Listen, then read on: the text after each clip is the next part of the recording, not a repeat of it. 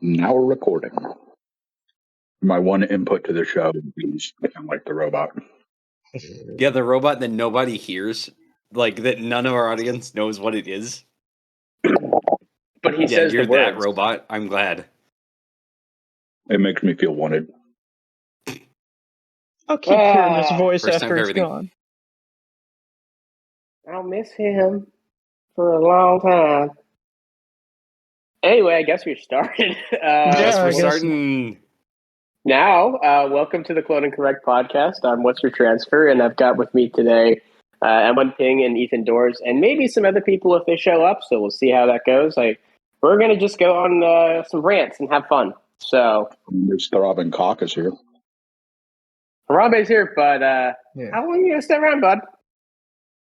About a minute. Okay. Yeah. That's how long you usually last. It's all you last anyway, usually, so it's kind of fun. Just a couple of pumps. Yeah. Hey, that's all you need to make the kid. So at the end of the day, he did his job. Hell yeah. True. I know from experience. Oof. Hey guys, look at that kid walking around. That right there is biological proof I have had sex once. This is the proof that I've had sex. That's proof of me not being a virgin. I made it. Can you prove that? Yeah, can you prove that you weren't cucked? Well, I mean, if the kid looks like you, that's kind of good evidence. That sure was a funny bit. Anyway, started good. Anyway, yeah, I guess the whole the thing is, I feel like there's not a whole lot of shit to make fun of like there has been recently. Like, I mean, there's a lot of stupid people, but we can still make fun of the downfall of KUSA as they go deeper into the slide, which is a really funny thing, and it's kind of a shame, honestly. It's funny and it's very sad all at the same time. Yeah, the thing is, some of the products or guns I actually legitimately like. I legitimately like the KP9. I think some of their AK stuff is pretty cool, right? Like some of the 7.62 stuff is decent. Usually was starting out that way, but man, the corporate train just kind of keeps sliding in a way that I'm not exactly a fan of. Well, and then they were like teasing 74 stuff, and I was getting a fucking hard on for it. And now where's 74? Yeah, where's 74? Like that's the gun you should have led with. No. Yeah, where's AK-50? Wait, Pate's not here yet. Oh, Pate's not here. God damn it, Pate, get over here. There's a song about AK-50s. We're making fun of him. Get here. Anyway, yeah, so when it comes to like their whole line, I don't necessarily think that 545 was actually a gun to lead with, because I think a lot of the bulk of American AK market stuff really is within 7.6239 stuff, and that's just kind of the way it is. It probably is. I'm just a salty bitch and want a 74M. I completely agree with you, but that doesn't make you right in the marketing sense of it. It makes me right because my last name is right, so I'm always right. Bitch. Dad jokes. No. Your last name is retarded, sir. Probably.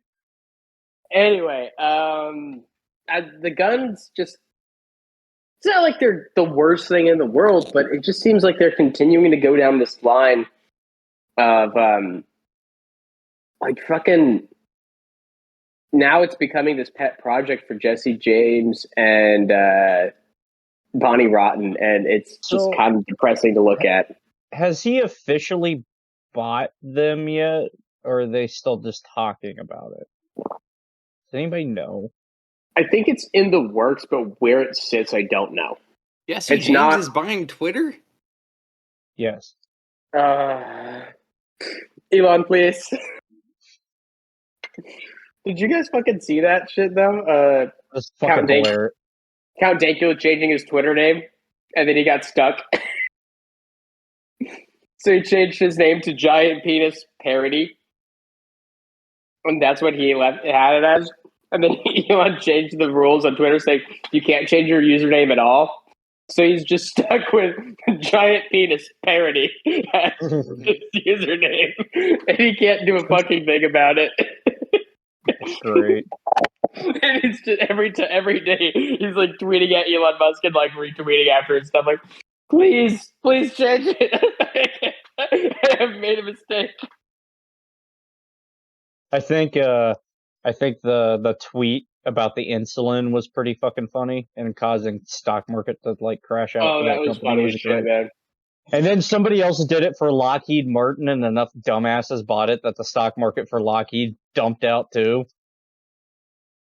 It's great. Oh yeah, like it was kind of funny to see how it happened. But yes, anyway, when it comes to the whole fucking KUSA thing, it's not. I don't think anyone actually knows anything, but it's just the guns are probably going to do fine in the market, all things considered, because they literally have the branding of Kalashnikov, which is very good for them in the marketing space. Quality control at least seems to be decent on their product line. Well, and that's where I've heard here as of late things have started to slip. I haven't had my hands on anything new from them, so I have no answer to that. Howdy, friend. Hello. Wow, just interrupt. Josh Pate, we're talking about AKs. They are. I'm not, because I don't give a shit about AKs. But go on. We're talking about KUSA and the state of KUSA. Oh, now that John's in, I can leave. It seems a lot of their QC has been slipping. A lot more. They have issues with a lot of the guns that we run across. See, that's what I heard. I haven't had my hands on anything from them in the past, 6 months, so I have no idea. Today, we got hands on one that they're shipping out some of their 103s with their shotgun safeties. And so the detent is the wrong length. So there's absolutely zero detent for the selector. Are you So fucking just cooking dropping- Hot Pockets? What are you doing? What? I just heard a microwave beep and open. Oh, yeah. I'm making food. I just got home from Sons of Liberty. God, So you're like, I'm going to record a podcast, and then you make a fucking Hot Pocket? This sucks. Well, I actually heated up some biscuits and gravy we made last night. He's eating a Hot Pocket, and he doesn't want to tell us this. All right, man, go nuts. Go nuts. Go nuts. It's probably the case, yeah. Here, I'm gonna switch over to my computer mic that's much better than my phone. But it's one of those things, I think that it'll take a while for Kalashnikov USA to really take a reputational hit because they managed to buy the name of Kalashnikov in the United States. Well, and there's still enough people out there willing to simp for Bonnie Rotten and fucking Jesse James. Well, and the thing is, they had a lot of promise. They had some good people over there. They were putting out good guns. And then I think a lot of those people left or got fired. And yeah. I mean, it seems like that might be the case there, but I haven't had hands-on with their stuff in a minute, so I have no idea how much of that's true and how much of that's just a lot of that is people complaining. A lot of that is speculation just from stuff I've seen, but I don't know anyone over there now. I don't know anyone over there anymore. That's not a good sign. I was going to say high turnover is not a good sign at all. No. I lost Shadow Systems. We'll save Shadow Systems ranting for tomorrow. I mean, I do know a little bit about some of that for shadow systems. I did do some inside baseball on it. But we're gonna have Marooned on tomorrow, and that's where that conversation belongs. Wait, why does he know more about that than the average retard? I don't know. He's the one that turned me on to a lot of their problems. So. I see. Well, see, I was talking to a machine shop that's milling my slide for an acro, and Hey, we're Acro talking gang. with acro gang, and this shop was actually considering of contracting out their nitriding to Shadow System. And upon finding out some more information, they decided not to do so. So it appears that their problems are actually numerous. Womp womp. So Yeah, we're gonna have to talk about that tomorrow.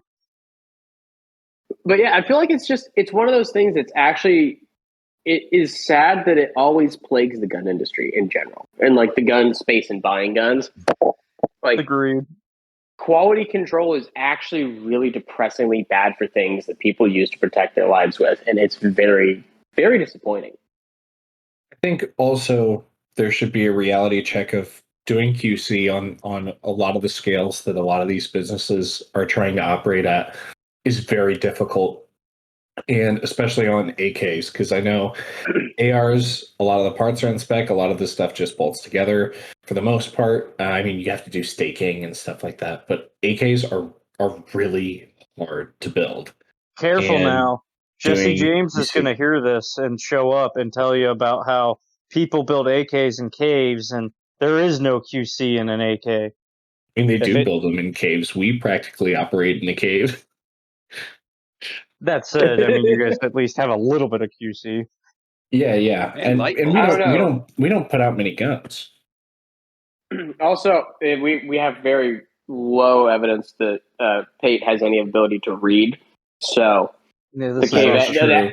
the allegory of the cave here is actually probably accurate. Yeah, Yeah, and he scribbles on the walls, so yeah, that's he's pretty just good too. Brandon gave him crayons if to not draw on the the wall physical with. cave, the cave in my mind. Well, when he runs out of crayons, he just shits in his hand and uses that. Oh yeah. Don't you guys do that too? I learned it from you, asshole. Jesus. God. Yeah. I did break out the piss bucket. There's a piss bucket to the left of me, so that's good. Ah, good. Good. But like, there's a thing that you can say that, like, the AK thing, there's an argument to be made for that, because the U.S. is not friendly territory to the AK and its manufacturer, typically. It's not what we have known how to build and have generations of experience building. And the phenomenon of the AK actually being popular in the United States is pretty new, all things considered. Yeah, So, definitely. And it is still an old world design. Like, CNCs have definitely helped with things. So, like, a lot of the US made trunnions all use the same location for the different trunnion holes. So you can use pre-drilled receivers. But a lot of the com block stuff is very loose on tolerance. So you have to match drill everything to be able to line up all of your rivets. And that's difficult. And when they're pre-drilled, you have to weld them up and then smooth it all out and then re-drill in the correct locations. They're very difficult guns to build because they're old world. They take craftsmanship, and they don't rely as heavily on just tolerance, good tolerancing, good machining. You know, there's another gun that I really like that does that. Oh, I wonder what it could be. Oh, I wonder what it could be. I would never be able to make the noise of that gun. Nobody's ever gonna guess what that gun is. The SIG P320? Definitely the P320. I knew it. I love the sound of when you drop one down the stairs. Bam, bam, bam, bam. It's like that scene from it's like that Like a scene from fucking slinky. It's like that scene from True Lies where she drops the Mac 10 down the stairs. It just bounces down the stairs. Yes, bro. have I told you guys the joke that I told the an ATF agent about a P320? No, but Go now on. I want to No. hear it. So we had two ATF agents come into the shop I worked at, and I kind of like decided fuck it on my better judgment, and I looked at him like, "Hey man, do you know how to turn a P320 into a machine gun?" And he looks at me really skeptically, like, "What the fuck are you trying to say to me?" So I have to write the joke out now. I'm like, "You just tie a string to the trigger guard and drag it down the stairs," and then two ATF agents just bust the fuck out laughing. That's fucking great. That's great. That's fucking great. Like, just I'm telling the ATF, yeah, just tie a string to the fucking trigger guard and pull that shit down the stairs. That's awesome. Did you hear about the recent P320 incident where a guy at a steel challenge match was reholstering his 320? Like, did hear finger about very this. obviously off the trigger, and it just goes wham. And the bullet smacks into the back of his phone and ricochets off, and Yes. that's the one Oh, it was that intentionally. guy? Like, Yes. yeah, that was a 320 Legion, I think, that just like went off. Now I'm not gonna say that this is all Sig's fault, but there's a pattern here. I feel like there's over it. I feel like since it's a known issue, or at least it was. I don't even know if it. I guess there are incidents of it recently, but I feel like a lot of people are looking at the P320 to fail, and people are looking way more into it because like every incident is overreported. Essentially, Yes. is what I'm trying to say. I'm one of those people. And so, Hate like, well, I think there are some of these issues that have come up that may be due to a bad holster or cloth in the holster, but I think it's obviously an issue. But I think a lot of the reports I would may be negligence. I would normally agree, but there is kind of a pretty defined pattern at this point. Absolutely. There's clearly it's definitely an issue. I'm saying that I think it's being overreported as an issue, possibly. Like engineer brain says that we may be having confirmation bias now that we know that's a problem, and so any report of it is being pushed as legit. When a lot of it could probably be NDs. I've always kind of wondered, like, too, if adding that like clock inertial safety to that fucking trigger would just stop a lot of this. Oh, it would. Yeah. 100%. Yeah, it would. Yeah, I think absolutely it'd be pretty easy to implement. Why do you probably? Why do you think agency offers that? If you look at Agency Arms catalog for the P320, they actually have that trigger with a trigger safety in their catalog with that gun. They realize that they need to make that gun safe because they don't want the fucking problem. If agency fucked up my gun. Well, no, they added an additional safety to your gun, so they made it safer. Yeah. Absolutely. The thing also about it, I think there is a point that you're right on that with Pate, because it's like we are paying attention to it, and also the controversy around the P320 and around its adoption of the MHS program and all the other things that happened with it, right? Yeah, absolutely. There's that gun in itself was popular, and then went from popular to controversial. Yeah, and then controversial to even more controversial, and now it's like P320s should be boring plastic guns that you don't give a fuck about, but for some reason, it almost feels like an equivalence of like picking a P320 versus picking a Glock. Feels like to a lot of people like picking a football team, right? Yeah, and it doesn't into that. Go ahead. Yeah, it feels very weird in that sense. So I feel like the 320 would have existed just fine as its own gun on its own self if it wasn't for the drop safety recall thing, and then the MHS contract, and it beating out the Glock. I still think it's funny going back to the MHS contract guns, and like when they bought back those guns from the 101st Airborne. Mm-hmm. and like they pushed them out to the civilian market. If you take the slide off of all those guns, there's a cut on the underneath the slide for an additional like drop safety mechanism that they put into the gun after they claimed that yes, these were perfectly drop safe. That's we just bought these back from the Army because they wanted black controls instead of tan. Like, homie, that's not how the Army works. If they want to switch controls, they're just going to switch fucking controls and keep the guns. Those 101st guns, while they're collectible now, had the not drop safe issue. SIG took them back, modified them, and then sold them to the public at a fucking markup for a used gun because they were tied back to the 101st Airborne. Yeah, I've seen one of those guns. Eric has one. I mean, they're cool guns. It's not like it's cool. They're dumb, but it's like, yeah, they're clearly getting their marketing value out of it. They are absolutely different from normal commercial P320s. Oh yeah, the slide's a different weight. Yep. The markings are different. Those guns, I think, still have the anti-tamper stuff in them, so you can't like take the fire control unit out and all that. I think they actually might have changed that. I haven't seen an anti-tamper on any of the guns that I saw in person. And I think I've had one way or another like 5 of those guns come through my gun shop at one point, and through either transfers or ordering them in or whatever. And I never remember seeing an anti-tamper on those guns. Maybe they took them off.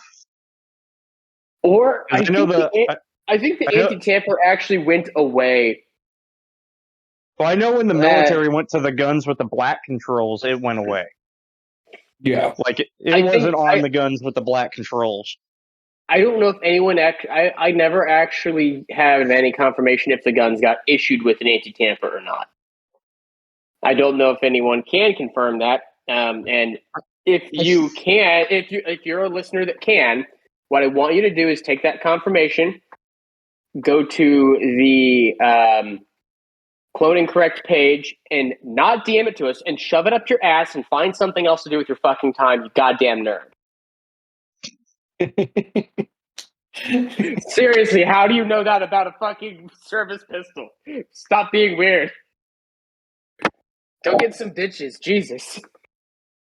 Well, I'm going to look it up right now, and I'm just going to answer that question because I'm going to find that picture of the 101st fucking with them. Hey, Forges. Finally. Forges. God. My least favorite.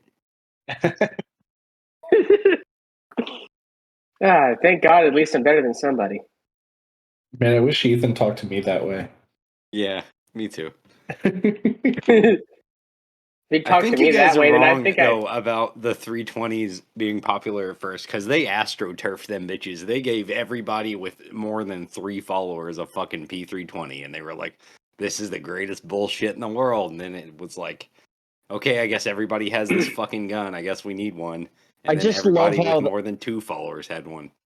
I love how that gun even came to exist. Like, we have the P250. It fucking sucks. Oh, we made it striker fired, and it's less sucky, but still fucking sucks. It's not good. I don't like the 320 at all. I'm sorry. I hate the 320. I don't like shooting the 320. I definitely like the direction that they were going with it, because the fire control unit is it's a great idea. Amazing idea. A lot of the ideas they had with the 320 were good. I feel like they stole that idea. Not execute. Who had it first? Steyr. Yeah, with the M9 pistol, right? Yeah, the M9 and the L9 series of pistols. They had that first. I love the sights they put on those. Lawsuit, or is that lawsuit still involved? They settled, and SIG was settled as like they came out actually kind of pretty good on that. They have really good attorneys at SIG. They have really good attorneys. Weird. What's SIG CEO's last name? Periods. Noticing a little too much there. Anyway, continuing. We want to stay on Spotify, Ethan, and you're the producer. You should know better. That's true. I mean, Kanye's been on Spotify, so I think we're all right. How many Fireflies? Anyway, the P320 was definitely an AstroTurf gun, but I had one that I got from the SIG Rewards program, and it was actually a pretty good gun. I liked it. I had no problems owning the gun. It shot just fine, worked fine for me. But like I didn't need it really much, and my dad wanted to buy a handgun. I'm just like, just buy this one from me. Like I don't fucking care. Here you go, Dad. And so on the astroturfing thing. Oh, sorry. Continue. Well, it's absolutely like I was going to the astroturfing thing in the first place because like that happens with a lot of guns and a lot of products. The Hellcat was absolutely PDP. The PDP, the Hellcat. They tried to astroturf the shit out of the Hellcat, and as much as we think that nobody that we like carries a Hellcat, the market that they have for that gun is actually pretty big, and they sell It's a lot massive. of units of it. Well, you say that, but here lately, we can't fucking move the fucking things. Really? Nobody wants them. I'm moving more P365s than I am Hellcats. I feel like your market is rather upscale. I'm just talking like the local market, not the guys I'm selling 4 guns to for $25,000. I'm talking like Joe Blow Fudd down the street is preferring the P365s over the Hellcats. They're willing to pay the extra money to get the P365 and like that gun better than the Hellcat. Like we had right before we closed our doors up, we dropped the price of our Hellcats to dealer. Like we were just gonna break even on them and get rid of them, and we still fucking can't get rid of them. Man, legitimately, if you still have them at dealer, I would actually buy one just to go shoot it to the point of trying to break it. Hit me up after this. I'll see what I can do for you. I've had this idea for a few things actually of like trying to buy guns cheap and just seeing like, okay, like this is what we all say is suboptimal. I'm going to spend a year casually shooting this, not carrying it, but shooting it and actually determining if it's a piece of shit or not. Because we wouldn't fucking normally do that, but I mean, I could probably hook you up. Just hit me up after. I'll hit you up. But like we still have a lot of new guns that we're just looking to get rid of. So I'll hit you up about that. But like everything's AstroTurf though. Like everything is. Like I don't think it's a lot of the social media guys' faults because they get sent stuff or they get the opportunity to buy stuff, and then they have a release date where they can talk about it. And that's been a common practice in tons of different industries. Like NDA has an expiration date or whatever, however they're doing it. We're going to send you this, have your video done by this day. Or it's not even like have your video done. A lot of these people are trying to work ahead on content. So they go ahead and film the video and they're like, okay, I get to drop it on this day. And which is why we see they're sending them out to so many people that it seems to the market disingenuous when they do that. But I don't think that's the people that film videos, whether they're good reviewers or whether they're impartial, biased, whatever. I don't think that's necessary. I think that's mainly the manufacturer's fault because they're sending them out everywhere and then creating a massive media blur around them. I was going to say, like you said, you see everybody do it. When Gen 6 Glock comes, I guarantee they're going to do it. When, if HK releases, something cool in the coming months, you're going to see that happen. Oh yeah, exactly. Right. Like, and it also kind of depends entirely on like some brands, people out there, like the effort to get someone to give a shit about a brand, like some brands is just never going to fucking be there. Right. Yeah. Like legitimately Taurus. Yeah. Nobody's ever going to give enough of a shit about Taurus in the actual market of people that shoot guns all the time. Except for Hop from TFB. Well, Hop is he's special. Taurus is interesting. They have a new CEO that's been changing a lot of things. Yeah. So they hired Walter they had the Walther guy that worked on the PDP, which has its issues. The TX 22 seems kind of interesting though. Well, the issues with the PDP is that it's actually not good. Yeah. I mean, I don't like that gun, and I haven't it's not shot like one it's yet. bad. I've shot handled them, and I've handled them. They feel good. when you shoot them. The thing that the way I'll say it is they actually have more recoil than you expect for a 9mm of that size to have, and it's not insurmountable recoil.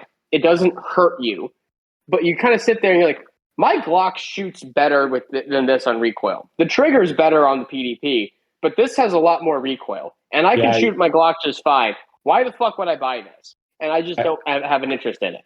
Walther definitely has their triggers figured out. They really do. I'm running a stock Glock 17 with an Acro P2 on it right now. That's what I'm carrying. Man of culture. Yeah, I need to get an X300 turbo for it. I have a U, but I need the T. Dude, I check RSR every day looking for an X300 turbo to come in stock, and I just cry. I think I might browse through TaxSwap and try to find one for not rate prices. I'm just gonna wait for it to come in stock in RSR because I'm not gonna pay rate prices for it. I have I have a G45 with a TLR7, and it's getting milled for a P2, and I'm calling it the Zoomer Special because it's this idea of like an enclosed optic with like a concealment oriented light with a micro concealment oriented light on like a mid-size like compactish service pistol. This is the Roland Special of the Zoomers, and I'm not a Zoomer, but the idea is hilarious to me. So now it's the Zoomer Special. Hey, thanks, man. I hate it. Meanwhile, I'm building a Roland Special. You should try out that Radian Ramjet. I had one in my 19X. Dude, I really I didn't pay for mine, but I really like mine a lot. The guys at the shop bought them, and they all kind of came away with, "Oh my god, I spent the money on this. Are you fucking serious?" Dude, my favorite Radian thing ever was that video they posted of recoil springs acting like they invented recoil springs. It was my favorite shit. I love that. It was like, we now have different weight springs that will make your gun work better. We invented this shit. It was amazing. Like you came up with a swappable recoil spray system. Holy shit! Almost like I could take it out and put another one in. Holy fuck! Like their system seems going at it. Their system seems pretty neat, but like, goddamn, bro, like it's just a quick chain spring. Like, come on, bro. Guys, I got an update right now. Because of the Radian recoil spring, Wolf Springs has called into the suicide hotline. They are going to kill themselves. Oh no! Holy shit! Oh, they're calling right now. They're right now. You see that hotline bling, and they're gonna fucking kill themselves, man. Speaking of companies about to kill themselves, Big Daddy Unlimited. They self-immolate. Holy shit! Can we talk about how they just got raided and their entire inventory got hauled away? Yeah, I saw that. That's wild. They are so far in debt. One of their suppliers filed with the courts and got it approved, and the sheriff's department came through and fucking confiscated their inventory to pay off their debts. They have zero inventory right now. Yeah, they were like contracting people for ads and then not paying them, like on YouTube and shit like that. Weird. Yeah, that whole company was a mess. Well, the thing that why I'm very happy to see them die is that they will be this company that the Costco of the gun world, right? You pay for your membership and then you can buy whatever thing you want at dealer cost, right? I mean, then I'll get damn good idea. It's a damn good idea. But here's the problem about it, right? One, you better have the stock to maintain it. The stock to maintain it, and then also you'd better have all your ducks in a row to manage this. And on top of that idea, it becomes increasingly infuriating when you're working at a gun shop counter and some asshole will walk up to you and be like, hey, can you sell me this fucking Rock Island 1911 for $300? Now my best price is like $475, man. But like I can buy it on Big Daddy Unlimited. Well, yeah, because you have a fucking membership at Big Daddy Unlimited. That's why they're giving you that price. Well, not to even mention, like, to explain to some of these dudes that, like, hey, that's not even my cost for that fucking gun. Yeah. Like I still have to pay all the other fucking costs around, even paying my paycheck to run your background check when it comes in and that shit, right? Like, well, why is your transfer fee $30, homie? Do you relax? we had it at 40. You can eat me out from the back, motherfucker. Lick my asshole. I don't care. Pay my $40 or go to the guy that's cheaper because I don't want to deal with you. Fuck you. And fuck you know transfer what? fee. To be completely honest, we were super liberal with our transfer fee when we were still open. If it was a cool gun, you probably didn't get charged one because we finger fucked it before you showed up to pick it up. Yeah. Like, I feel like people seriously undervalue how nice it is having a good LGS. Like, man, it is so convenient being able to walk into a place. I feel like a lot of people, like, they aren't as into the gun world as a lot of us, but like, having a local LGS is so nice. Yeah, a good really local shop is the best. Good local shop is the best. Hey, question for Pate on this actually for local gun shop because I know about where you and Brandon's shop is, right? Yes. Do you guys fuck around with Montecma Firearms a lot? You mean Montekima? Yeah, Montecma. Yeah, those guys. Yeah, because they're right down the road. They're right down the road from where we live. I really like those guys. Those guys have always been nice whenever I've gone in. I don't live in the area. They do all of our 4473s. So, because we're not set up to do 4473s and we don't want to be set up to do 4473s. It's a lot of work. So I get that. So, like, whenever we get a gun in, like, for personal stuff and we need to file it out, we go to Montekima because they're right by us and they're really cool. And see, that's kind of what we're doing now. So we shut our storefront. We're getting ready to give up our FFL, and like to the point where, like you said, we're not going to be set up for it anymore. And we're just like, if I want something, I'm going to have to take it over to our sister store is what I'll call it, and log it out of our store, log it into the sister store, and 4473 it over there. Yeah, I gotta say, if I'm purchasing a gun and the local gun store has it for less than $100 than what I could get it from any online retailer, which a lot of the guns that I'm trying to get, I just can't. Like, if they have it for anywhere near the price, I'm just going to go to a local gun store that's really cool, like Montekima, because they are genuinely nice people and they help us out a lot. So what's $50 between friends, Yeah, go buy a good shit from your local shop if they have what you want to buy because Absolutely. it means money to them means more to them than you saving like $50. Like it really does. Local suppliers in business because your local gun store is awesome if they are awesome.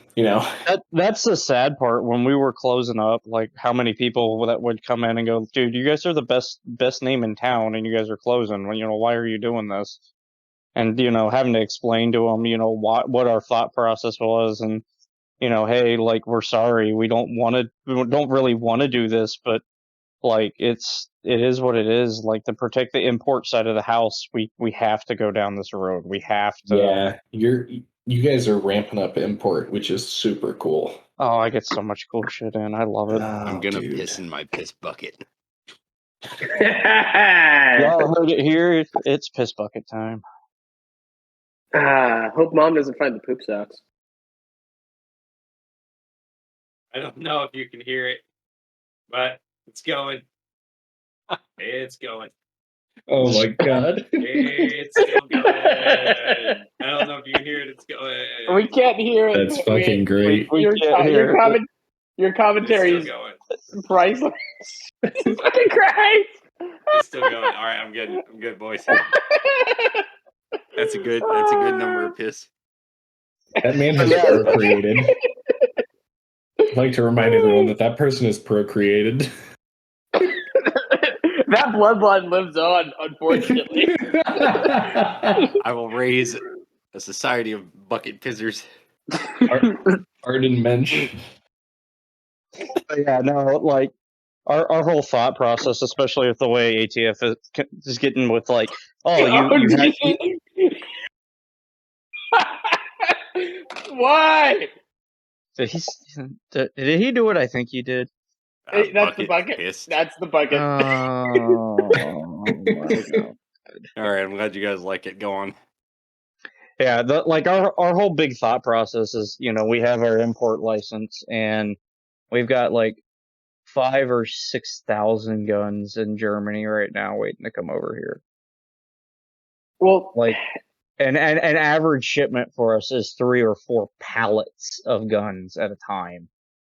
And each pallet, like this last shipment was 480 something guns. And I gotta talk to you about sorry. I gotta talk to you about our upcoming deal later off the podcast. You're gonna be psyched. Okay. I'm confusion, but okay. confusion. But yeah, I mean, we've got so many, like, our broker over there had an indoor swimming pool in his house, and it's now a giant vault room full of nothing but our guns. Like, his personal collection's in there too, but at the same time, like, most of it's our guns, and we got that letter from Davidson's that was like, hey, we had a fucking stray pin mark on a fucking form, and they shut down one of our retail stores and said you can't sell guns anymore. And it made us sit back and look, oh shit, like, what happens if that happens? Compliance comes in and we have that stray pin mark, and because it's from the top down, the compliance agent isn't really getting the discretion to go, oh, we'll fix it and move on from there like they used to. Now you become a rogue gun dealer and they shut your ass down, take your license. Well, we decided They're a lot. They are on a one strike rule right now. Yeah. People don't realize how rough that is, and like to like, I think can I expand on that a little bit? Just to kind of let the listeners know a little bit about that. Go for it. Like, the way this process works usually for most gun shops is they'll have what's known as an IOI, or I can't remember what IOI stands for because it's been a while. Industry Operations Investigator. Yep. Yeah, so their industry operations investigator is essentially the liaison for the ATF with your gun shop. So they're going to walk in and talk to your gun shop about any problems they have, any fuck-ups they've made, and how they're going to fix them to keep them in compliance, right? And if you're not willing to play by their rules, then you get shuttered up. But if you're actually willing to play by the rules and keep your FFL, like most gun shops are trying to do, they're pretty cool about the whole thing, right? And it would be one of those things that, like, some fucked up thing happens, right? Like, let's say there's a fire. Let's say your shop gets broken into, right? Well, if your books are all digital and you can kind of make a tally of like, okay, this is what has been damaged in this fire, or this is what's been stolen, or whatever, you would tell your IOI, and your IOI would be like, okay, listen, give me on email whatever the fuck happened to the guns that you know are gone. Tell me what's there, and we'll work with you on the whole process, right? And then they will, maybe if they do an audit, then they'll go through and say, hey, that's not good, right? I picked out like 5 issues. You need to work on these 5. These 5 4473s are a problem, and here's why they're a problem, and you can't do that, right? You can't do this, and now you're going to be on a probationary period for a little bit. Exactly. And like you're on thin ice, but you can fix it, and when you fix it, then you can come back, and then you'll be in good graces. And that's kind of how that system works. Yeah, well, a zero tolerance. It really sucks because like it really depends on your agent too. But like not we anymore. just had, not anymore. It's so. But we had a buddy of ours that helps us with a lot of stuff. Yankovic. He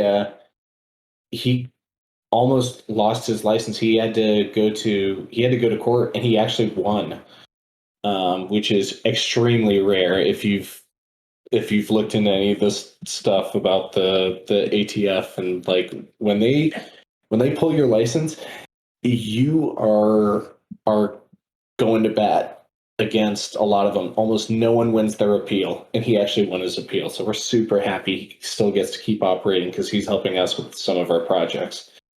But it is a witch hunt kind of thing that the ATF does with a lot of shops. Like, Well, it and really this- is like this. This is where like elections matter, right? Like we don't a lot of people don't see this piece because that the ATF falls under DOJ, which falls directly under the president. So this is a policy coming from the top down that is saying that anybody that is out of compliance is to be considered a rogue gun dealer, and you are to shut them down. Like, there is no more second chances. There is no, hey, this was a mistake, our bad, we'll rectify it anymore. Now it's, you're done. Like, license gone, and license revokes are up like something like 5,000%. yeah, Like, that's how many licenses are being yanked, that the percentage is through the roof. And my boss sat down and he looked at it hard and was like, we have our import license, and we have all these guns sitting in Europe, and we have some like really just rare pieces sitting over there waiting to come over. Like the one I'm allowed to talk about, on the podcast, I've already cleared it. We have a WA-2000 that's on its way from Yeah, you've Switzerland. mentioned this before. Yeah, I'm excited. Like it's a cool gun, but I mean that's a significant investment we made, buying that, and we're got to get it here and got to get it sold. And if we were to lose our FFL for our storefront, we would also simultaneously lose our import FFL. yeah, it's a real shame. Definitely not doing 4473s, because the ATF doesn't seem to really care if you're doing like above 4473 level. So like if you're dealing in between other dealers and shit like that, there's definitely a lot more gray area that they're comfortable with, because it's staying within this network. It's in the they have it's- control If it's in the FFL network and it's all within 44, like within the FFL shit's not. 50, I was gonna say like 07, like that whole world of FFL people that exchange guns between each other. If you're within that network, they're able to give a little bit of good graces, because frankly, most of the guns that are going to be worked on by the shop that you guys run for Brandon's channel and for all the other people that you do collaborative work with, they never leave an FFL circle. There's not a chance that gun that you work on goes to a 4473 in somebody's hand in that shop. And yeah, it's never going to happen. Now they are willing to play very cool. We kind of do it like here and there because we send review guns out, and we've got like Honest Outlaw has some of our guns, MD Polo has some of our guns, my buddy Dakota has gotten a couple of our Phoenix guns to do YouTube reviews on. Those seem really neat. They are really neat. They're really expensive too, but they're really neat. It's what happens if you give an anal Swiss watchmaker a CZ75 Shadow 2 and say, make this perfect. Yeah, is essentially what it is. But I digress. Why am I giving a Swiss watchmaker anal? Exactly. Does he really want? I mean, does he need it to do his job? Why? I don't want to. But if he's gonna make me a nice watch, I guess maybe. But like, can he have his boyfriend to do it? Like, what the fuck, man? Why am I'm at the bottom of the totem pole of who should be doing this for him. Why am I have to give him anal? Cost of doing business, not bend over and take it. Something is interesting. I had $1. Something interesting with the B&T. I watched an interview. I think TFB did it, and the engineers. I think they were talking to Brugger. and he was like, we essentially said, I'm paraphrasing, that we don't really care about selling these. We do it because we can. We posed this problem to our engineers, and we wanted to see what they came up with, which is I identify with that a lot because that's a lot of what I do. And I think that's super Swiss and super interesting that they've just got enough money that they're just chill doing whatever. They've got a gun coming out that the acronym for it is literally like, and it's a dumb acronym because it has other meanings, but it's because we can. BWC, because we can, is what they're calling it. Like the fucking wait, what's the other meanings? Go watch porn. What's the other? I don't know. He's returned to Christ. He's not going to watch porn. Jesus, why are you trying to ruin his salvation? Damn it, pig! What's wrong with you? He pisses I just want to man. say it, to be honest. He's a saved man, and he pisses in a bucket like a goddamn disciple of Christ. Like a goddamn Presbyterian. That's why I piss in buckets. It's a solid Presbyterian piss bucket. Oh, Jesus fucking Christ. Do you have to haul that to church with you every Sunday? Does the piss bucket go with you? Dude, that's not part of my thing, but I guess I could. Do they measure how much you pissed that week? It's like a weird Catholicism. No, if a little boy doesn't piss enough, they're like, "Sorry, man." It's the way they do it is actually the way they do it is actually they've got his wife in on it, where they he has to have the bucket filled up by the end of the week, or else then there's punishments and stuff. Catholicism with no, because they had to stop doing that for you because that actually turns you on. Right. And that's a whole just a feedback loop of shit there. So you don't want to get into that. Ethan, you've been intentionally failing in the past 4, and okay, and anyway, we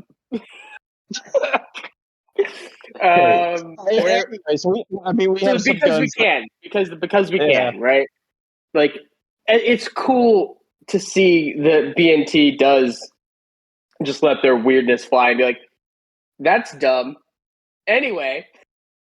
It's like the TP380. Like, they're making a TP380 now, and it is the cutest little gun ever, and it's actually reasonably priced. And I'm like, do I need that? No, but I kind of, for some reason, want it. Like, I tell you what you do need. You need a VZ61. I do so bad. There's so much fun in full auto. We formed sixth, the real Yugoslavian can, because the Yugoslavs licensed it from the Czechs, so they made it as the M84 in Yugoslavia. I have one of the kits, and Zach imported one of the legit suppressors. I think it's the only one that's in the US. We have this amazing picture. It was used a lot in organized crime in Yugoslavia, and there's just a picture of some dude mag dumping into a dude that's laying down in the street, like stock open with the suppressor, like not even shouldered. With the suppressor that you have? Not the exact suppressor, but the same model. Mag dumping into the back of some dude. I watched that video today, and that made me really fucking mad with myself that I didn't buy a VZ61 pistol that some guy was selling on Arms List. Yeah, you know what though? Like, when it comes to those VZ61 pistols, like, Checkpoint still brings those in regularly, and they're really not that expensive. Yeah, they're not. They're not. But there was a guy that was selling one for like half of what it normally would cost, or something like stupid like that. Back in COVID, he just was selling this, and I was like, "Oh yeah," but he didn't live in my state, so then he would have had to ship it to my FFL. And he wouldn't give me enough confirmation that it actually had the holes drilled in the back for the stock, so that I could actually SBR it. Well, so that's one issue with these too, is when you SBR them, the stocks are more floppy because the stock doesn't bottom out where it should, because due to the way they removed the stock latch, it now doesn't bottom out where it needs to. Yeah, and so it doesn't rest on that ledge. So I think because Zach and I have these Yugo M84 Scorps, I think we're going to manufacture our own receivers that are completely cone correct to be able to build these things out. So that it bottoms out the way it should. So it bottoms out the way that it should, and that all of the selector markings, everything is perfect to the original, at least Is on the that Yugo work? ones. Is was that work that something. you could do? Is that work you could do on like a VZ61 that somebody like already has SBR'd? Like, yeah, I was Probably gonna not, ask. because Yeah, you're okay. missing the all of the stock that you would need to machine the dovetail, because they just mill that Okay. shit flat, and then you have They to bolt on milled this it thing. flat and then bolt on an attachment rather than the actual dovetail that you would slide in and have it fit Yeah. properly. Yeah. Okay. Well, hypothetically, and this is going to go down a rabbit hole. Hypothetically, could you TIG weld a plate onto the back and like mill the dovetail? Maybe. I mean, I'm sure you could make it work, whether it's worth the work or not. Because that's been the big thing that turns me off from it. It's one of those guns that I feel like I have to SBR. Like, I have a couple of those. Like, I buy and I'm like, okay, this has to be an SBR, and it gets Yeah. SBR'd.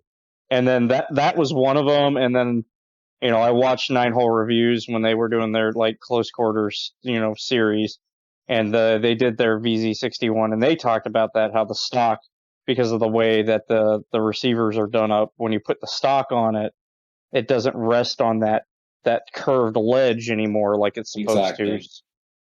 So it just kind is of. that even a ledge that you could just like have a welded on piece to put on the back of the receiver to kind of sit in there and then just use the holes and kind of simulate the same thing? I mean, you can definitely make it work. It's whether the juice is worth the squeeze at that point, because that's definitely going to be some custom work. I don't know. We've just decided that because the lightning cuts are just tiny bit different on the Yugo ones, and with the selector markings and everything, we're just going to machine our own receivers. Because I used to be a CNC operator, so as soon as we get access to a CNC, we already have the models for it. I just program it with the tool list that I'm able to run, and bada bing, Send it. bada boom. Just fucking send it, man. Just fucking send it, bud. Or more See, than the thing is, SBR, because I I made the would. receiver. I mean, shit, fucking rocket at that point. I legitimately was gonna when I saw that fucking VZ that I was gonna buy. I would have bought it, SBR'd it, and probably started like conceal carrying it in the bag or something. It is surprisingly easy. I talked to Brandon. Ooh, I will actually. You'll appreciate this because since you guys have one and one of you will want to fucking carry that gun around in a bag, I'll send you a link to a bag that you're gonna really like for this. We were talking about, the shoulder holsters with the leash that you used to be able to get for the Ingrams. Or like the MP5K or whatever, like Yeah, that kind of they thing. kind of had one that theirs was like a single point sling. This was like a shoulder holster, but Yeah, I instead know of what you're having a talking holster about. there, it had I this know solid what you're talking leash. about. It had The just this, M11s. yeah, for the M11s and M10s. And so you would literally just pull it out and tension it against this leash and hip fire this shit. It was so cool. We were talking about making one of those for the VZ61. That would be dope as fuck. Let me see if I I love can. shoulder holsters. I need to get one for my Glock. One of the guys, Nick at the shop, he carries his Beretta in a shoulder holster. Hey, please stop talking. Okay. Yeah, thanks. What are you doing? What are you doing? Do you just want the slowest draw you can have and then flag It's everyone really at not once? that fucking slow. Yeah, oh, come on, man. It's slow. Okay. I mean, I care. It's slower Okay, I coming carry- from appendix, but it has a place. I carry One- appendix, but like if I go to a wedding, I don't want to like have dress pants with this whole fucking appendix rig shoved in my pants. Guys, stop. And so Stop. like There's an argument here. The drip. Yeah, It's all exactly. for the drip. I mean, I'm Miami going to a Vice wedding. and- I'm not keep bringing like 3 mags. I'm bringing some cool gun. Like I would love to get a shoulder holster from like my M9A3, and I would totally carry that to weddings. So when I bring my P7 home, gonna get a shoulder holster for it, and it's gonna be my wedding gun, like wedding and special event gun. You need to stop talking about that gun. Hey. I like my That's cheap, gonna- broken P7. That's gonna make me do bad things. It's super broken. I gotta fix it. I absolutely love my M9. Hey, Pate, I sent you a link to that the bag that I was talking about. You can fit a scorpion in that shit. If you could find one in stock somewhere, you can fit a scorpion in that shit, and nobody's gonna ever fucking 100%. like nobody's gonna think you have a gun in that bag. And it's a Kelty, so like It's fucking great. It's the Kelty sling bag. They're hard as shit to find, but it's an off-body like gun bag that doesn't look like some fucking Vertex thing with a pull handle the size of like the fucking Hey, like Glock mag. Real Like, talk, it's with my great. TP9 fitting it without the suppressor. Yeah, if you took the suppressor off and you put a flush fit mag, you could maybe try to jimmy it in there. I have a flush fit 20 rounder. Like as long as you don't have like the full fucking 30 in there, but if you got like a flush fit like 15 or 10 or something or 20, like you could possibly fit it. Ooh, might have to go find one now. I'll send you the link on this bag and see what you think of it. The other nice thing about it is it's actually lined with a bunch of fucking like Velcro and shit. Because it's lined with Velcro, like you can. What I did is I put a Velcro attachment in there for a Safari Van QLS fork. Yeah. So whatever Ooh, gun I'm gonna that's put in smart. there, I can just take a pistol, shove it in the thing, and it fucking works. And it's like it works so good as a little off-body carry, and it looks inconspicuous. There's no like fucking So- mollywebbing.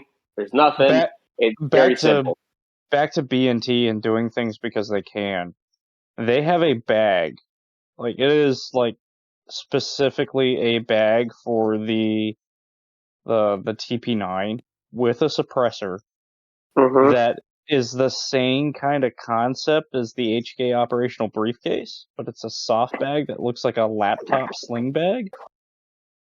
And basically, there's just a hole in the back of it that is Velcroed shut. You shove your hand through it, grab the pistol grip, and you can fire the TP9 from within the bag. that Suppressed. is so B&T. All of their shit is so engineer fucked, but I love it because I'm an engineer. But I love B&T, but you like the I TP9. The hate it. TP9 is like the epitome of look at what we made more complicated than it needed to be, and it's not even their Hey. design to start with. Well, Yeah, that's true. That's a Ping, style that is design. Ping. I have to cut you off. Ping, that is the weirdest way to say epitome. Yeah, I was about to say, can you say epitome again, please? And can you use it in a sentence? That is the epitome of saying a word wrong there, Ping. Jesus Christ. This dude got a nuclear epitome. Anyway, it is the epitome of over-engineered B&T shit, and B&T is that company that Well, they took Steyer's design for the SP, the SPP, and the TMP. They went, huh, cool, we want this, we'll buy it, and they took this design, and then they went, let's make it 12 times more complicated. Okay, oh, by the way, we're going to suppress it. Now, the way the gun's it's designed, this can's got to be, a certain way. If you put somebody else's can on it, it'll destroy the gun. So now we'll just do this really weird tri-lug system, and you're stuck with our can. Dude, I hate the B&T TP9. I do not like it. That trigger's weird as shit. It shoots like shit. It's just It doesn't shoot like shit. It does. I don't like it. It feels like an I feel airsoft like gun. I feel like it's one of those guns that was only meant to be full auto. It is. And when you take it outside of its intended environment that much to where it's now just semi-auto, it really sucks ass. That said, you're too smart to be on this show. Even mine, mine, I can rock and roll on that trigger. It's not that bad. Like everybody shits on the trigger in the TP9. It's not great, but it's not as bad as people think it is. And I think the way that I kind of get people to kind of go, okay, yeah, maybe it's not as bad as that we think it is think about it. It's a fucking bullpup trigger. I'm not Yeah. good at shooting. Yeah. That's why. I mean, the thing Yeah, that Ethan, you're I really will bad at look at, shooting. the thing I will equate the TP9 to is it's kind of like the Sten. Like, is it the best thing in the world? No. Is it actually a lot better than people are going to give it credit for? Yeah. If I was issued this thing and I had to really look at it and be like, all right, this is what you're going to have to use for everything, am I going to look at you and say, okay, what the fuck, man? It's super niche. Like, it's a super niche thing. Like, honestly, it is the most niche gun that I have. Like, The it Sten feels... is also based. Yeah, Stens are based. I Especially the Mark love III. the Sten. Yeah. I love the Sten so much. I I like- think it's such a fucking cool gun. They're impossible to use semi-auto. It's one of those guns, man. Doesn't work when you try and take it out of its environment. It is a full auto gun, man. Dude, that thing is like the number of times I've seen people try to like take one of those, any derivative of the Sten, like the Sterling is a good example of that too, where they take like the semi-automatic Sterling versions. Dude, they just don't fucking work for shit. Like a semi-automatic Sterling is gonna never fucking run right because it's not supposed to be like that. But Yeah. guess what? People still try. Like, Well, and a semi-auto Sterling and a semi-auto Sten would run just fucking fine if we if you didn't do open fucking... bolt. I was gonna say, if we didn't have to fucking turn them into closed bolt guns. Yeah. Exactly. Like if you could do open bolt, it would run fine. It's not that the design can't be a semi-auto. Would it be good as semi-auto? Would it be as fun? No. But could you have a functional replica of, a historical gun? Yeah. Oh, but wait, no. The ATF has determined that an open bolt is readily convertible, even though there is nowhere in the fucking laws that says that you cannot have an open bolt firearm. I think that is just an ATF decision that says it is readily convertible to being a machine gun, and you cannot do that. It's actually its original idea, the same premise of the brace thing. It's very similar. Like honestly, It when is you very similar.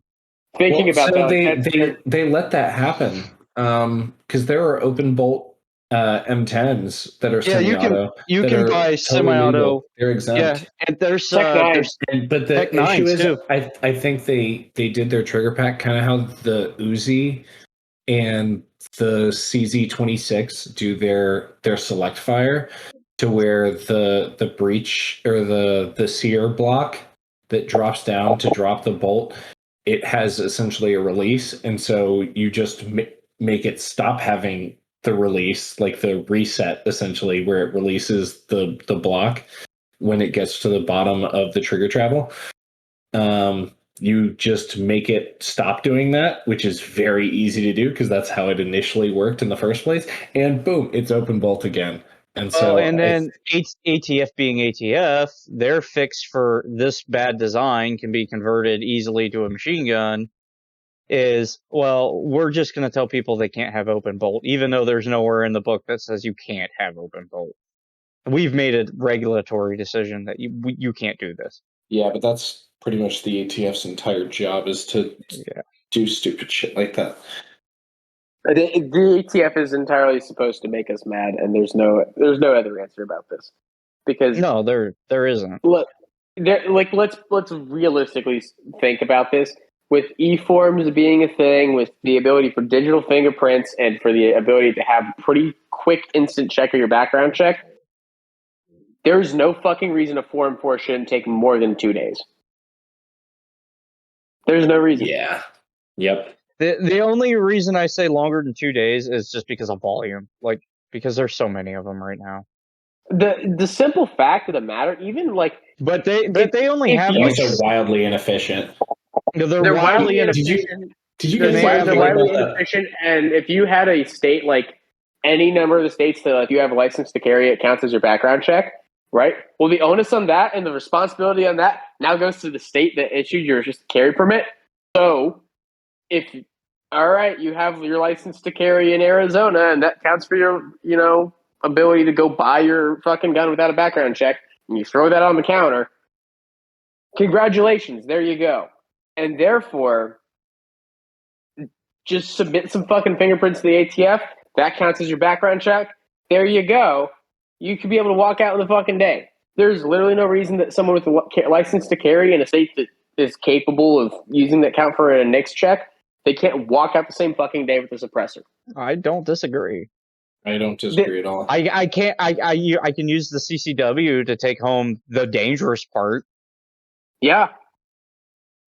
Like, the literal fact that I can walk out with the actual fucking gun but not the suppressor is ridiculous, right? It's just absurd.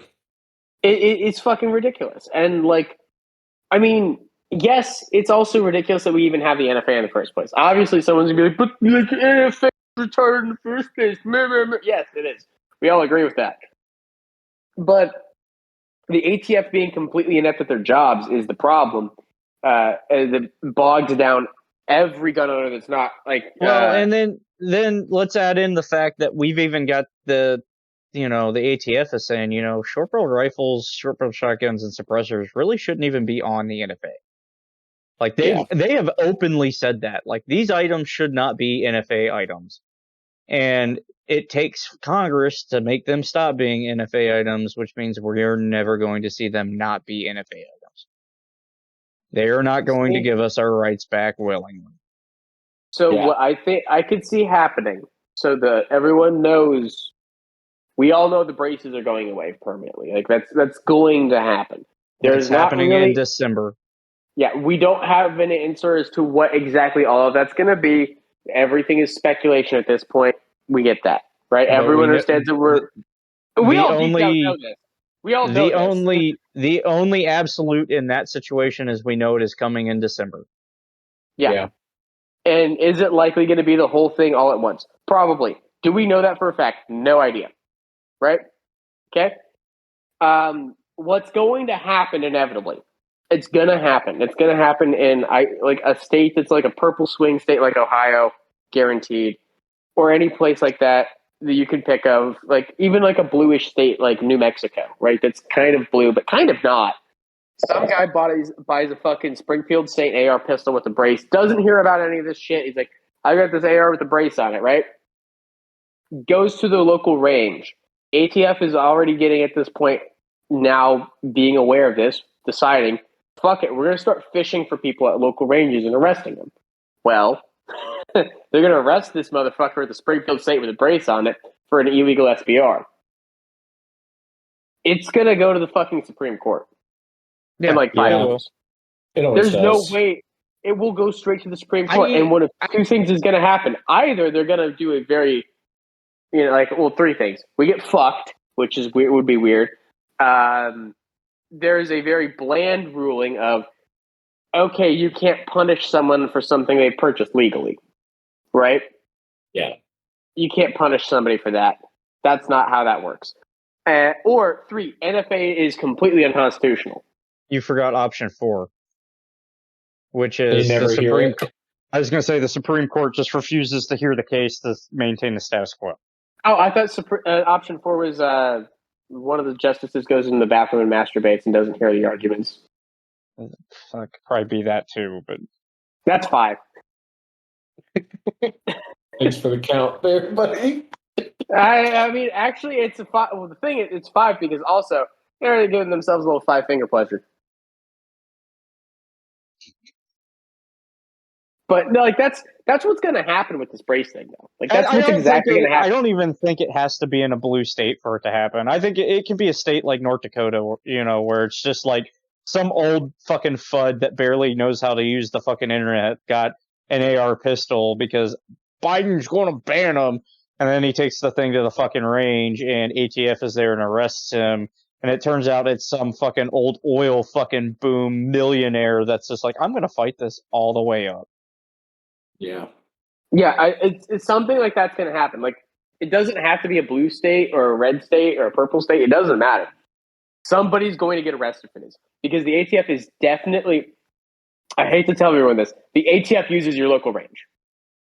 ATF agents shoot at your local range. They have to maintain their qual.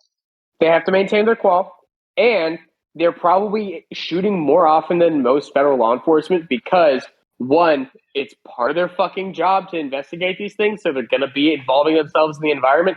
And 2, the they are aware that there are a section of people that don't like them that shoot a lot, right?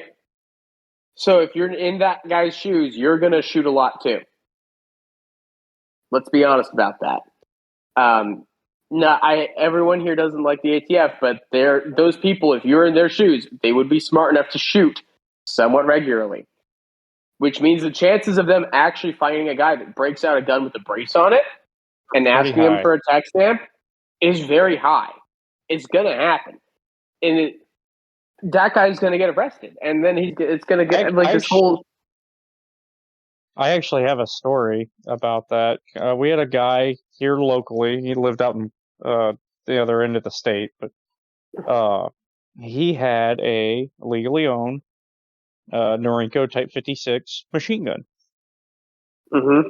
Just legally owned. I think it was like a Vietnam bringback or something like that. That got amnesty registered.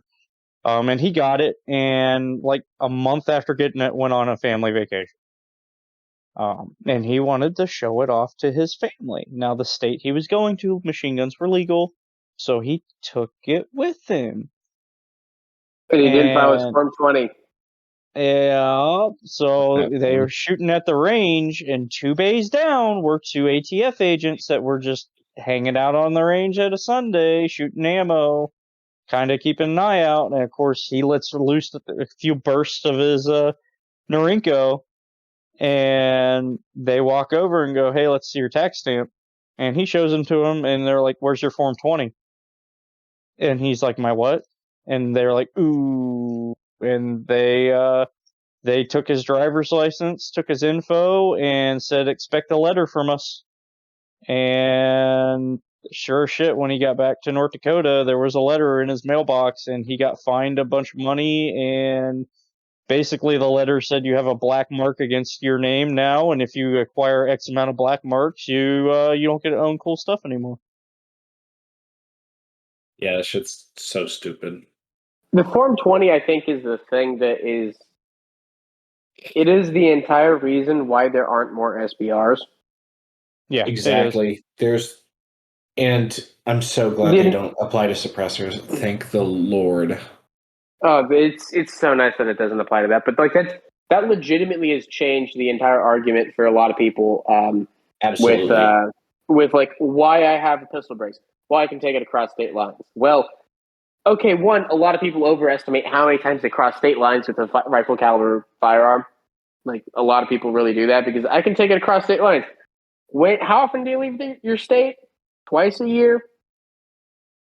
Just bring a full-size rifle? Once a month. For some people, it's a legitimate argument, though. Like where I grew up on the Ohio River right next to West Virginia. So to end up across the state line was pretty common and happened, 5-6 times a week. So, and if you're going to carry a rifle every day with you kind of thing, like I can see it is a serious limitation. I can agree with the argument, and I think I agree with that it's limitation. Some less right? for other, but when you hear a guy in central Colorado being like, "Well, in case I cross state lines," I'm like, "We live like 3 hours from any state border," or like here in North, you live in north central North Dakota. Oh, I can't take it across state lines, bitch. The closest place is Canada, and you're not taking anything there anyways. Yeah, like the argument very much depends, but like. In general, like the argument that like you legally own this item, you can bring this. If you should be able to bring an item you legally own across state lines without a form. I agree. Right? Or the moving thing. Like, let's be honest, the entire fucking moving thing is ridiculous. Now with e-forms, it could render the Form 20 completely fucking useless. You change your you could just have all your shit. You could have all your shit, right? Not even have to do the Form 20 digitally. I've done the Form 20 digitally. I know what the Form 20 is. You can do it on e-forms. For people that don't know, it's not just a paper form. You can do a Form 20 on e-form. I emailed mine to them, and they were actually pretty quick with me. But that's not the point, right? What was your turnaround on that?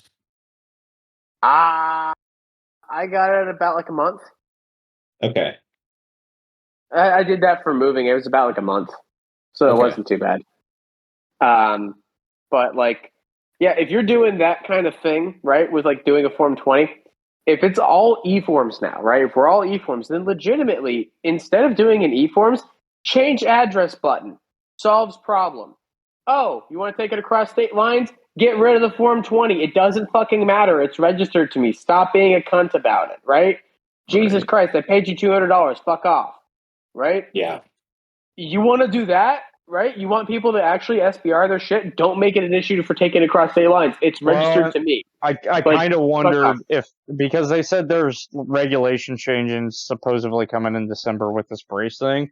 And I kind of sort of wonder if that's going to be one of the regulation changes that comes with that is, okay, hey, by the way, you don't have to do a Form 20 for an SBR anymore. I'm dreaming, and that's not going to happen. Either answer makes sense, actually. Because there's the one side of it that says the more control that the ATF is going to be able to keep, the happier they're going to be. And if it's a petty amount of control, they're going to still keep it, right? The other was everyone remember 41F NFA? Oh god. And does anyone else remember this?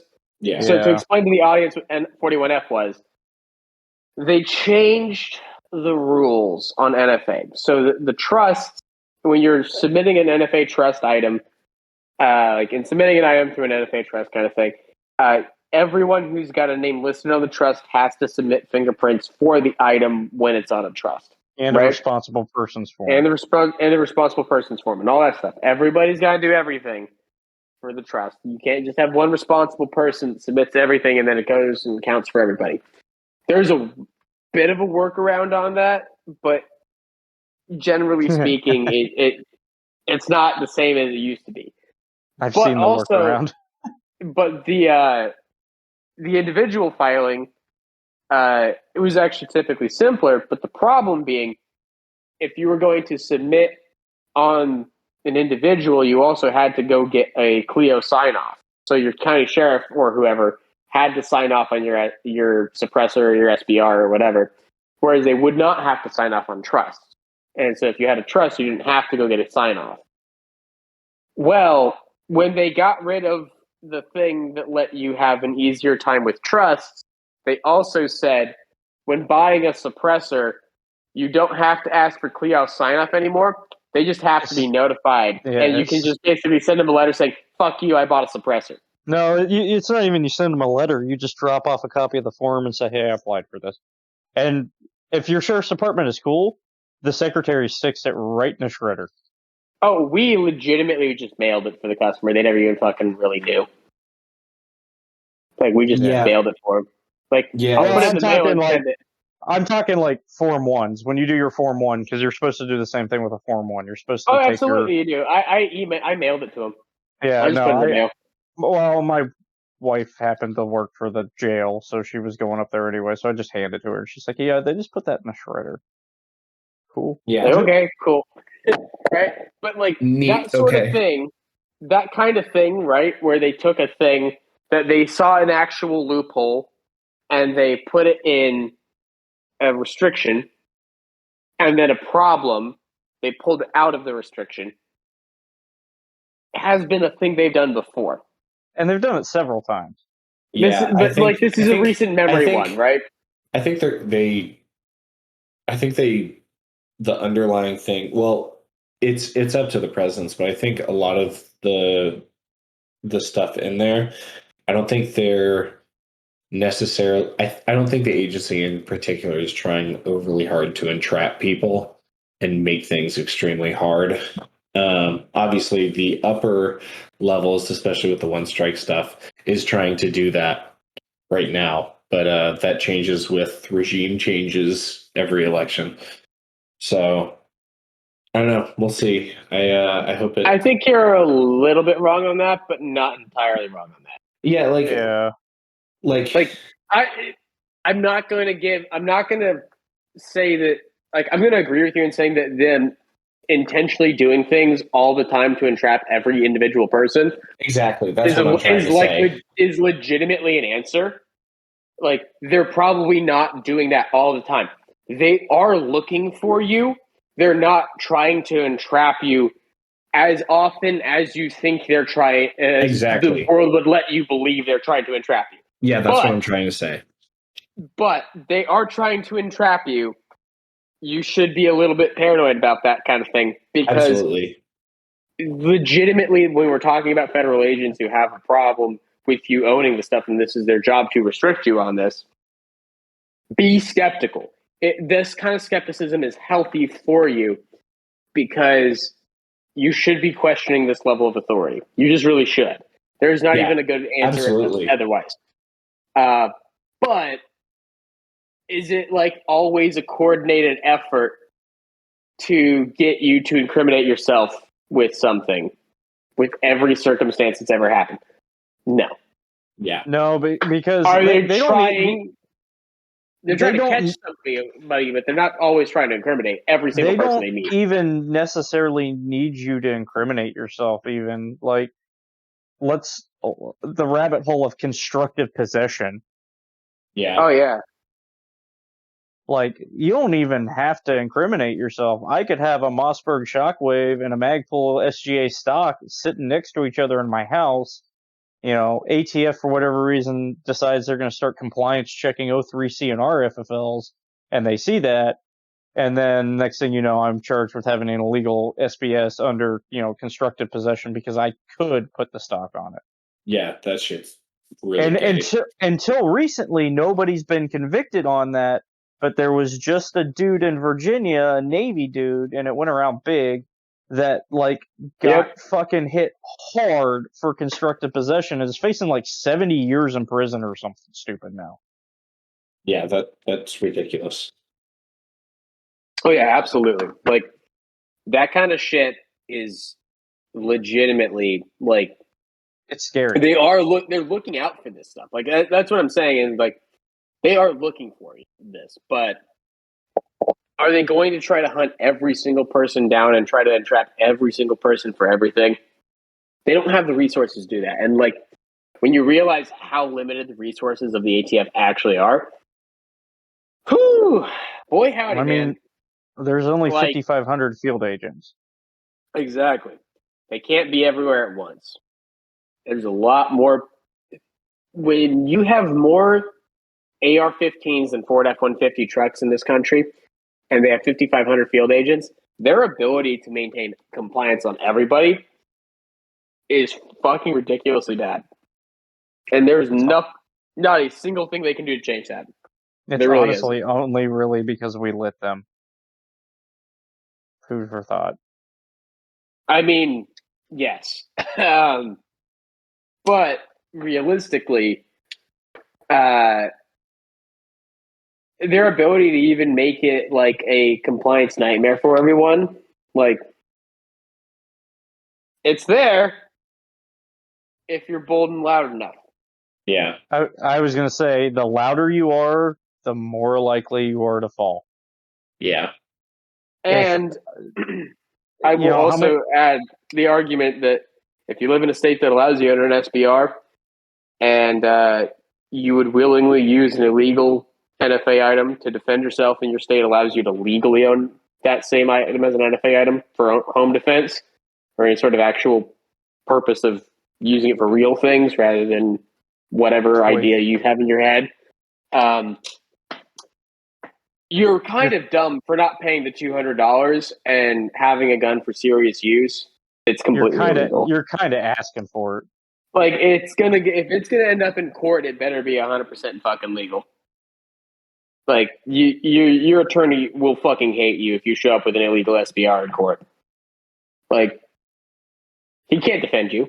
How is he supposed to defend anything? Even if the shooting was justified, dude, you broke a federal felony. You committed a federal felony by owning the gun you used. They almost measured the barrel in Rittenhouse's case. They did. They brought the tape measure and everything, and the judge waived it because the prosecution knew they weren't going to get anything off that, so they didn't even measure it. But they brought the tape measure and everything. If you watched that trial, they totally brought it up. They had the rifle out. They were like, "We can measure the barrel if you want to," and they're like, "No, it's fine." I mean, they already tried. We've already seen that they'll hang you out to dry for stupid shit you put on your gun. Yeah. Well, did you guys see the guy? There was a case about this in Ohio a few years ago where the guy had the 7.5-inch AR that's like hideous. Yeah, and he had the brace on it with like a little floor stopper or something on it, so it'd sit in a safe, and they called it an SBR because it had the floor stopper. He modified the brace. And he had like an AFG and a bunch of other shit on it, and it was like the most hideous Bubba fuck that like 7.5 AR you could ever have that he used to shoot somebody in his house. Right? It's hideous. It's a hideous fucking gun, but he used it to shoot somebody, and was justified in the shooting. And the ATF tried to hang him out to dry for this. Right? And they almost and did. This one, and they almost got him. And then he actually won in federal court because they're like, "This is ridiculous. Like, you can't." He legally owned this gun. He was within compliance. Within. The argument was the little rubber stopper thing that he put on. And it wasn't like modifying the brake. Like, it made it like harder to shoulder because it was like on the buffer tube part, and he said he did it so it didn't slide in his safe. And so the ATF tried to say, well, he modified his brace with this thing to make it longer, so when he shouldered it, it would be more comfortable, thus making it a rifle. So it's really an illegal SBR. And he lost at the state level and picked it up at the regional level, I think. He the picked federal up circuit. He picked up his win there.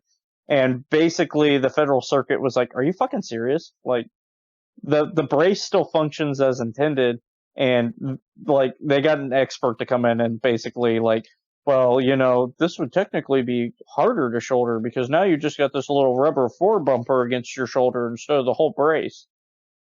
Yeah, and so like, but the reason I bring that up is like this guy actually got asked if his gun was an SBR pre any of these changes. So if you bought yourself some fucking like Daniel Defense Mark 18 pistol, right, and loaded a fucking mag of whatever 5.56 ammo and put it under your fucking bed, and that's your fucking home defense gun, right? Well, you shoot somebody in the head in your fucking house with that gun in like 3 months, and you didn't do a goddamn thing on your paperwork, somebody's gonna come knocking. Even something stupid like you didn't engrave it after you did your paperwork. Like, yeah. Thank God we had a laser. I think you should just be really quick at switching from a stock to a brace. Are you really going to be worried about that after you've just shit your pants and put a bullet in a dude and the cops are on their way? And I pissed my bucket.